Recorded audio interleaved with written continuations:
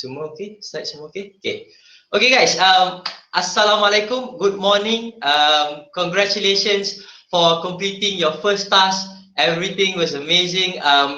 You guys put 100% effort and it makes us at Adventures so happy. So we try to give you the best for today. Okay, we hope that today's session will be better than yesterday. And we hope that you can, for today's session, it will be just strictly for 40 minutes.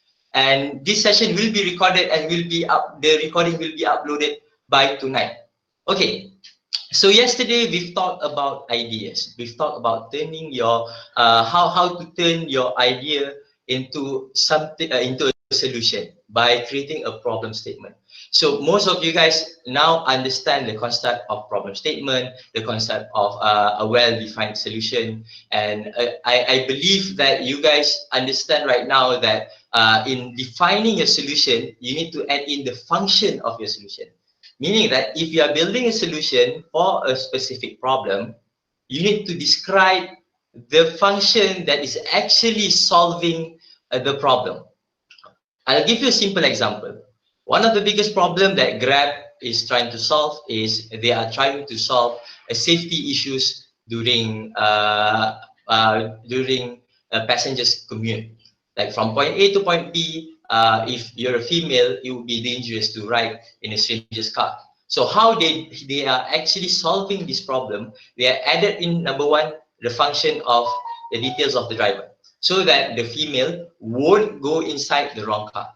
Number two, they added the function of emergency contact, so that if in case of any emergency, the passenger can straight away click at the click of a button, call someone to help her. And number three, the live location function. So right now, the female can send her live location to her loved ones or to anyone who is responsible upon her, and now they can track her location and make sure that she is safe and she arrives at the place at the specific moment. So that's why you need to really define your solution so well. After you define your solution, now you know what kind of product that you are going to build. So to turn your idea into a venture, you can't just have a good product. You need to understand that you need to really understand your market.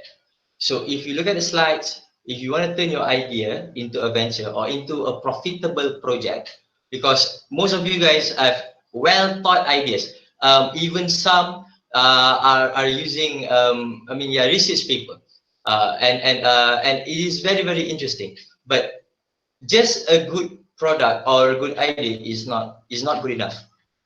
To turn it into a profitable venture, to turn it into something that you can monetize, you need to really identify the market. So that is why we'll first learn the term segment. So I believe that most of you have touch point or have actually go through the word market segment or terjumpa the word market segment. So what is really market segment? So market segment is a segmentation of your market. To be very honest, it is a segmentation of your market. So how do you divide your market to small chunks so that you can now aim them better? So there are 4 types of market segmentation. First is geographic, second is demographic, third is psychographic, fourth is behavioral. So geographic is in terms of the location of your user or the location of your potential customer. Demographic is more on where or the infrastructure of the place. Psychographic is the way they think, and behavioral is the way they do things. So in building your product, you are actually hitting these 4 things. You know, you are either solving a geographic problem, a problem that is faced by a small group of people, people who are staying in a specific place, or you are solving a small group of people's problems. For example, student ke, ataupun young professional ke, ataupun old people ke, ataupun psychographic, meaning that you are solving specific niche in terms of the way they think. Meaning that mungkin education level, their education level is degree, or they are or actually they some of you guys do things like they have mental health, so that also can be part of a psychographic market segmentation. And finally is behavioral. So behavioral is the way they do things. So the only reason Grab can be so successful now is because there is a big portion of people using taxi back then. So their initial market segment was people who uses taxi. So commute using taxi on a daily basis. So usually it is in the city, right? So that's why they can clearly identify their market segment. So why do you need to identify your market segment? It is for to make sure ataupun to make you reach out to your customer more efficiently. So what are the ways where yesterday I found an interesting article. I stumbled upon an interesting article. So these are some of these billion-dollar companies, the way they identify their first few niche market segment, and they actually do the unscalable. They didn't do digital marketing, they didn't do Facebook ads, or they didn't do videos. What they did was they go to their market segment one by one and ask them to download the app. So this is what I'm hoping for you guys to do. Do things beyond digital marketing, do things beyond social media or Facebook or paid advertising. So for example, Tinder, one of the most successful dating app, and they pioneered the concept of swiping to choose your date. What they did, back then when they first started, they built a minimum version of their app. They go to colleges, and they go to they go to students and tell them, like, if you want to find single people around you, download Tinder. So what they did was they helped each, they go to one by one college students, and they force them, or they encourage them to download Tinder, and by saying that if you download Tinder, you can meet single people around you within the college. So another successful company is Etsy. So Etsy is a marketplace for artisanal crafts goods. So what Etsy actually did during when they first launched Etsy is they actually go to trade fairs, farmer markets across United States, and meet all these sellers individually and ask them to sell on Etsy, and tell them the vision of the biggest online marketplace for crafts and arts. So these are the things that these billion-dollar companies did to actually find the first user. If you can identify your market, you can ultimately find your customer. So if you are a developer, you should really go to Product Hunt. So Product Hunt is a place where you can discover new products created by new startups on a daily basis. So the way they started, right now they have a very beautiful app. They've been acquired by Angels List, but before this, they were just a mailing list. What they did was, one of the first things that they did was they created a list of email, and they blast out to this list of email that their sign up page. So if you go back then, if you go to their website, you can sign up your email, and then you'll get like a mailing list. So what they did is they identified key publications or key media players, and then just blast to them their website. So it is very, very cool. There's a 0.01% chance that they will get any reply, but if you go for volume, there must be one or two people who actually try. So and another case is Facebook. So when Facebook first launched, you know, if you look at the excerpt, it was just a normal night at the dorm. So what they did was they emailed Facebook link to a couple of friends, and then the list grows and grows and grows, and then up until a point where it became something that the servers cannot overlook. So it is first they ask their friends to use their products. It is not like strangers or customers. They ask the closest people around them to use the product. And then if the product is useful, if the product really solve the problem, you know, people will naturally share the product. Why do we encourage you guys to actually minimize the time for you to build your product? You know, why do we actually, number one, okay, why do we encourage you guys to define your solution? If you have defined your solution, it means that you've identified key functions that you need to build. For example, I saw an app, so it's a very well-defined solution. The problem statement is during MCO, people do not know how to cook. Cooking is very overwhelming. And the solution is, if I'm not mistaken, they want to build an app with resources and videos on how to cook using the ingredients that they have. So that is a very interesting idea. I forgot the name, but you know, that is a very, I just want to acknowledge that that is a very interesting idea. So if the way they describe the product shows that the amount of effort it takes for them to build the app. So I give you an example.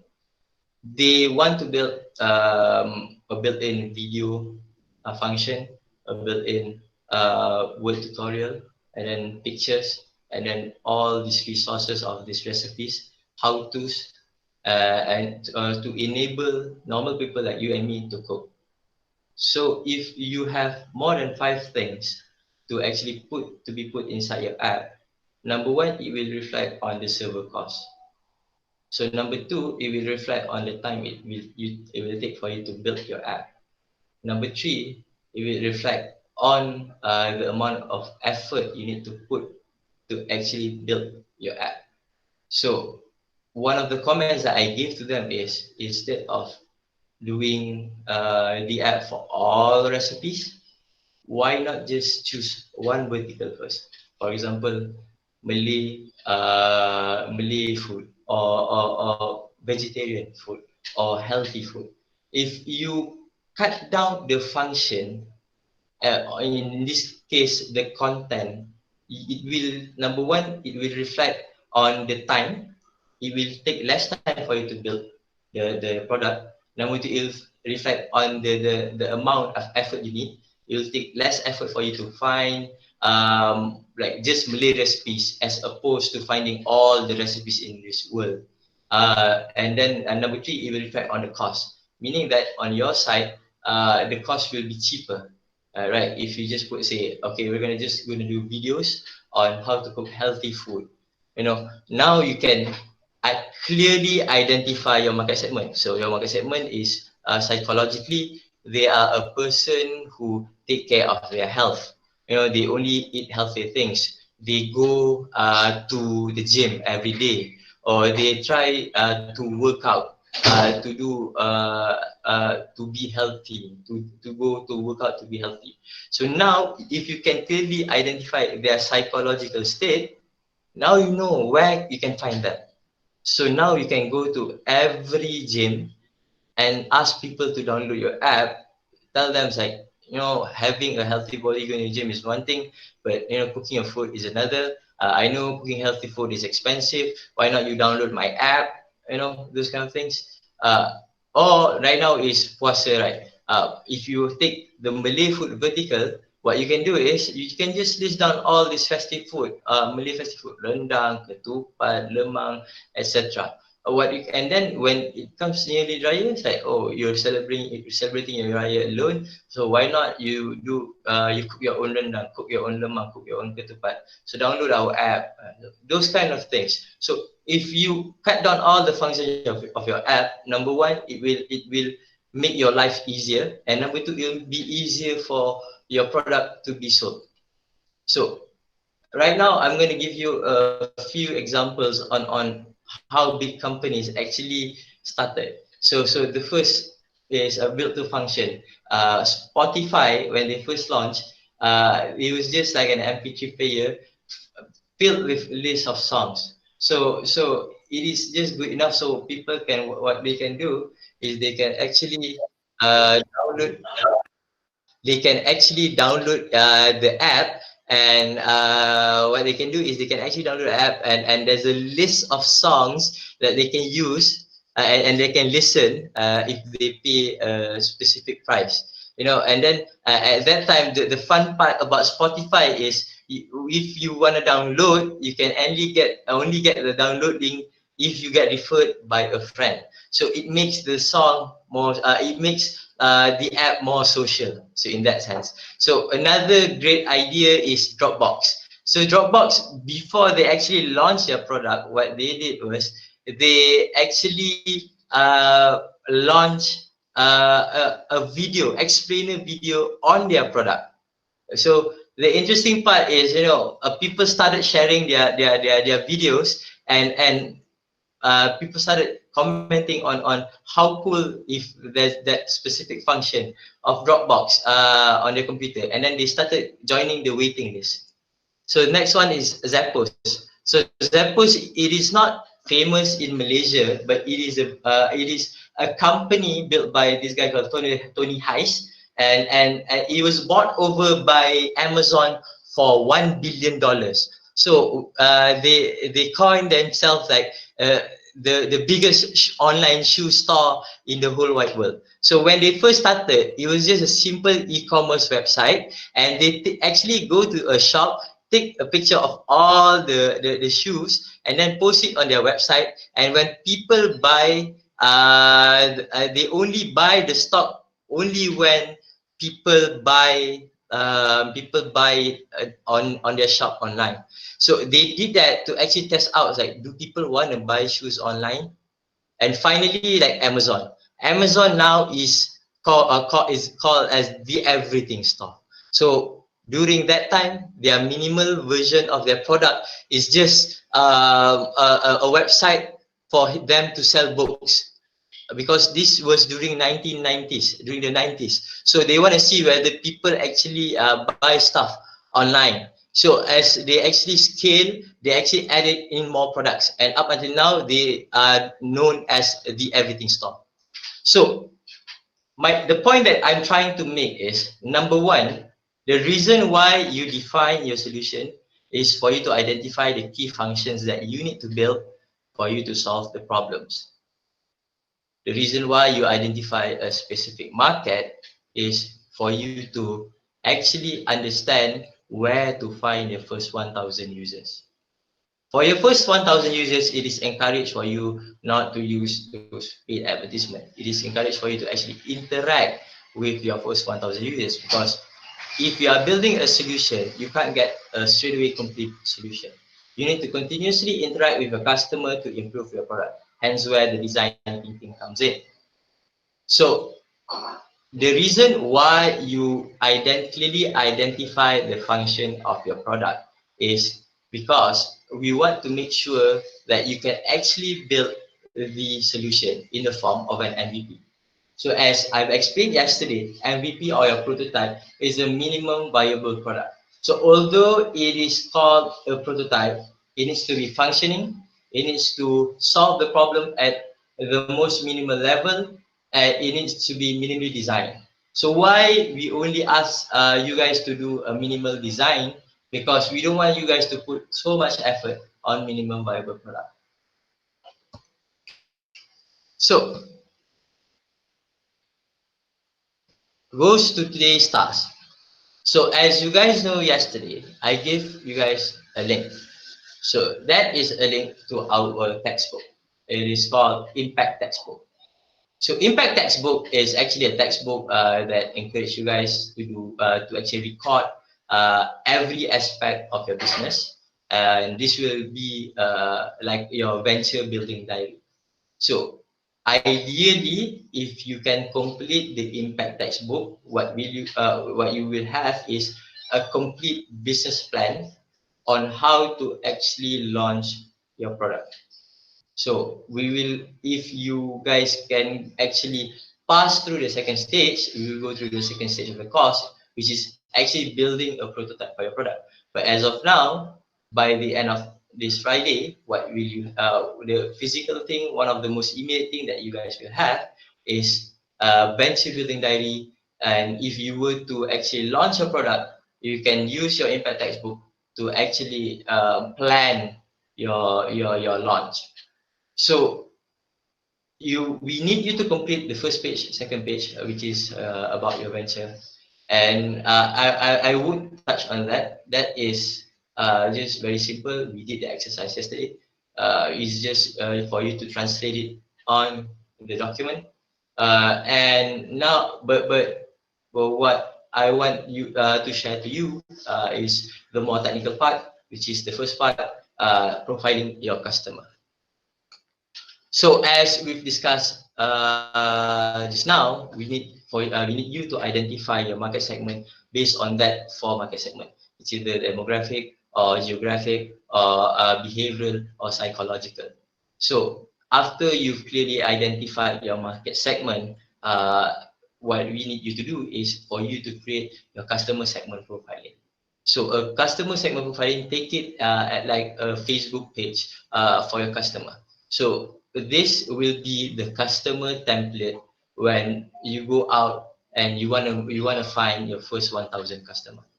So when you go out and find your first 1,000 customer, you will find 1,000 people who have similar characteristic with your customer segment profiling. So of course, if you look at the customer segment profiling, what you can do is there's three parts. Number one is the gender, number two is the general details, and number three is the daily activity. So number one, the gender.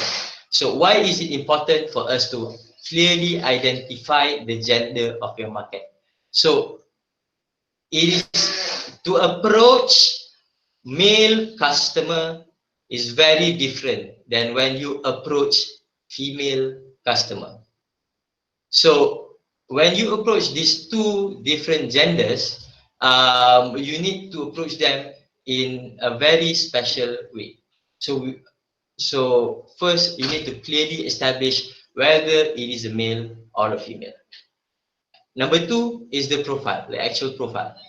What we need you to do is number one for you to give him a name. Because why? Because we want you to be in love with him, be his best friend. So you know the one of the ways to make friends is knowing someone's name. So give him a name, and then we need to know the age. The age will decide how they think because different age group think differently. And then we need to do the job. So the job will be the indicator for their education level. So if they have a managerial job at a very young age, it means that their education level is quite high. So if they have a low paying job and their age is very high, it means that we can clearly conclude that their education level is very low. So next one is the income. So we need to establish how much they are earning on a monthly basis so that moving forward, when you actually charge your customer, you can actually pinpoint the best price for you to charge them. The next is the state. State, if you are, especially you are building digital product, you can check out the connectivity, the behavior of the state, and specifically the city. So, for example, even if you live in Selangor, but if you're actually living in Klang, you still have shitty internet connection, for example. And districts, so districts will see any political affiliation or any surroundings, the environment, so that you can know how to actually interact with that specific district. And finally is the population of the city, so that you can roughly estimate whether it is worth your time to find your customer segment profiling at that specific location.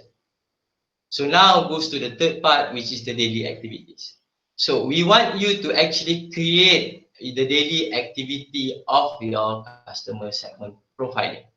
So because we want to create that precise nature, or the precise and exact moment where you can push your product to your customer.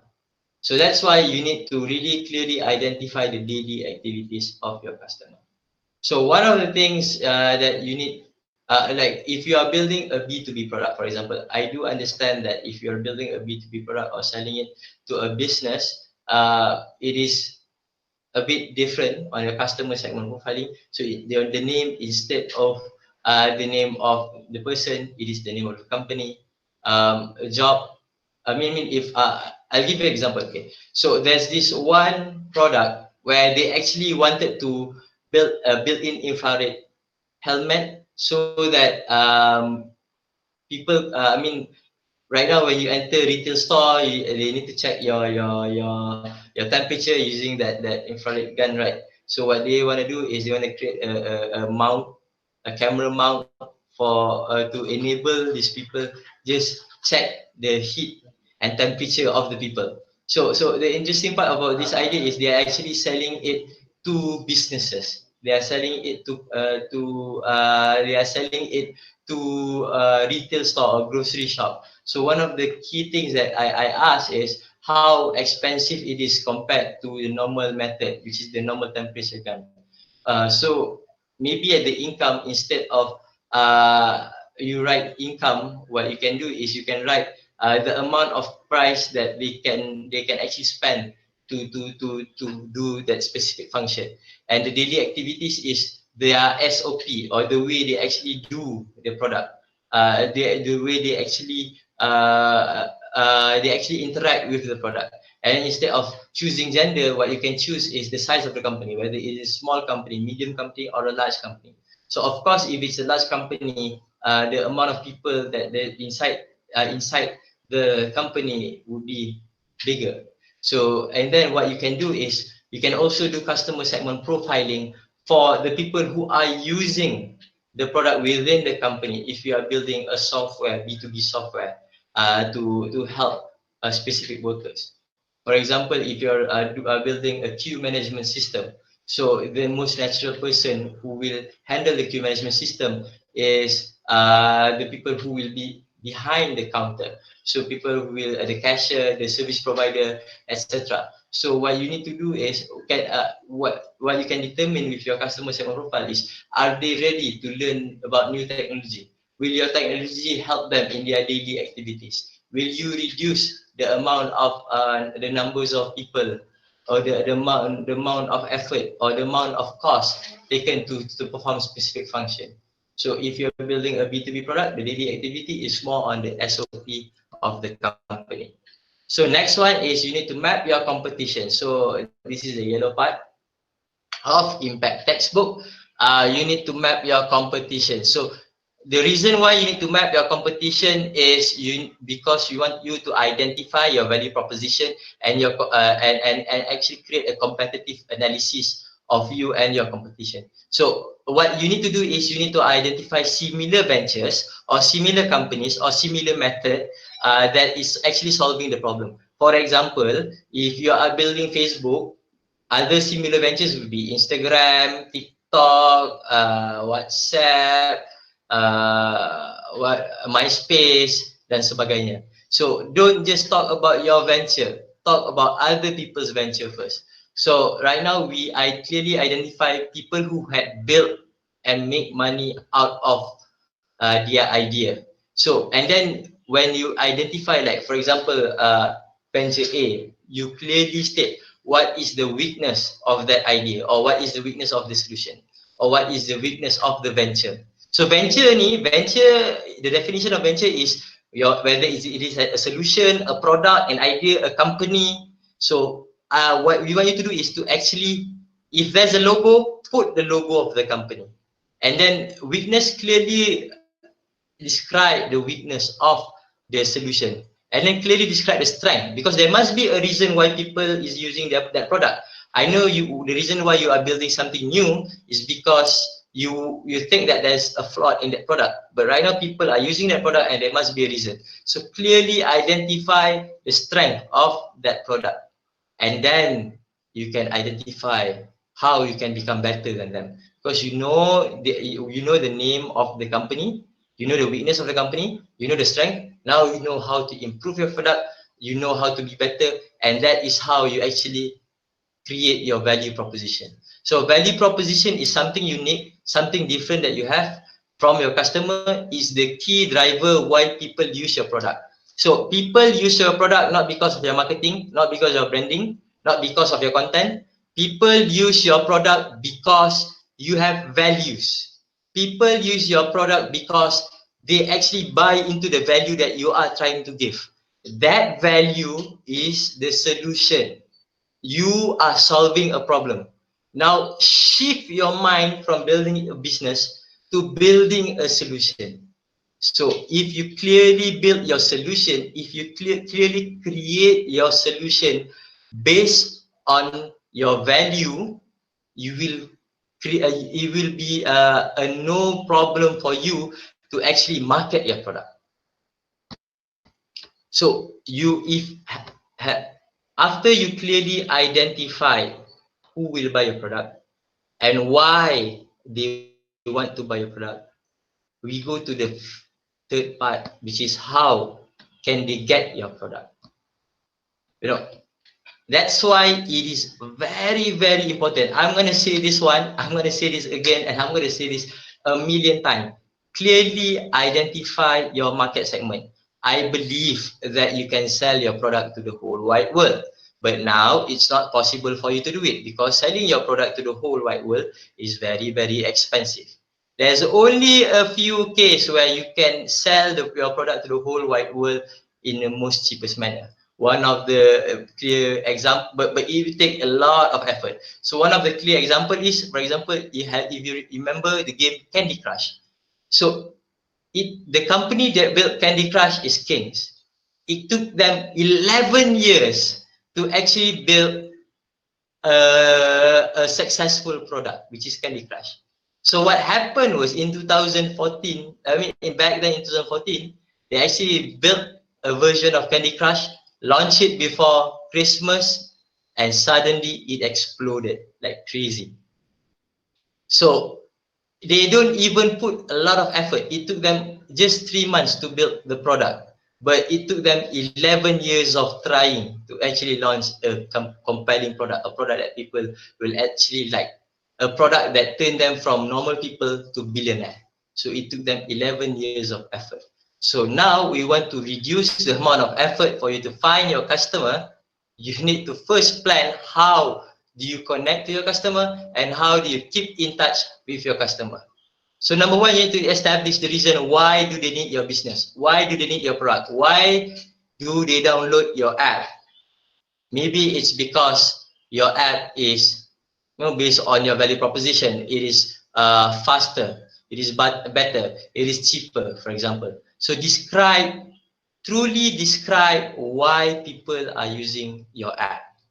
And then you need to establish how do they get to know you, meaning that you need to create a few marketing strategies, or you need to discuss within your group a few ways for you to actually get to know you. And the next one is you need to establish ways for you to keep in touch with them. So for example, ways that the Asians did for them to keep in touch. What they did was they always have a 24/7 customer service hotline. So that is one of the ways where they ensure that how they keep in touch with the people. And finally is what makes them happy. What makes your customer happy? Will they be happy after they receive the product? Or like just normal Lazada, Zalora, or will they be happy after they do an unboxing video of the product, or will they be happy after consuming your product? So each different values, different forms of happiness will require you to serve them differently. So I'll give you a simple example. So if you are building a recipe app, so why do they need your business? They need your business because they do not know how to cook. They want to know a simpler way how to cook. They need daily tutorials on how to cook. How do they get to know you?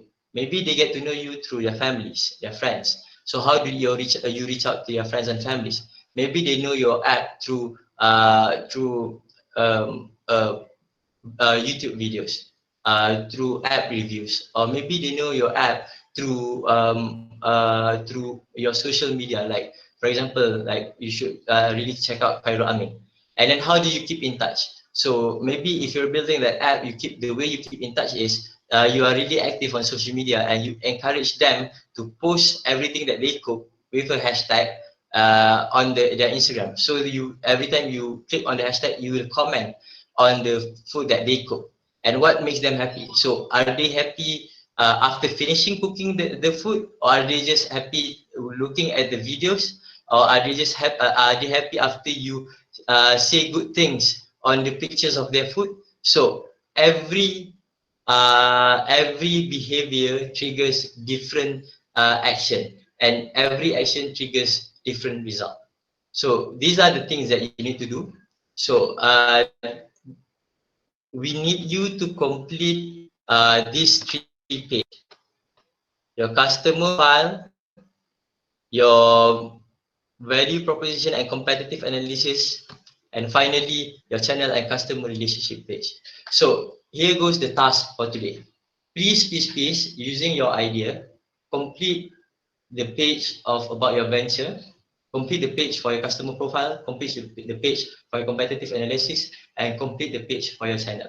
So how you gonna edit the document? So number one, I shared the link. You can straight away download the page from the Google Drive link. And then moving forward, what you need to do is Anik will share a YouTube video link on how to edit the document using Canva, save it as PDF, and upload it to the Google Classroom by 10 p.m. tonight. Okay, again, I've given you the link yesterday. I will reshare it again. Download each page, download Canva app, register your Canva account. Anik will give you a tutorial on how to actually edit the edit the page, save it as PDF, upload it to your Google Classroom by 10 p.m. tonight. If you have any issues or if you have any problems, please ask in the WhatsApp group. We'll get back to you really soon. This is the end of our 40-minute session. This session will be is being recorded and it will be posted online. So now we will end the recording session. I'll give like 5 minutes, about 5 minutes on if you want to ask any specific question. So if you do not have any question, we will end the session and we will continue the session.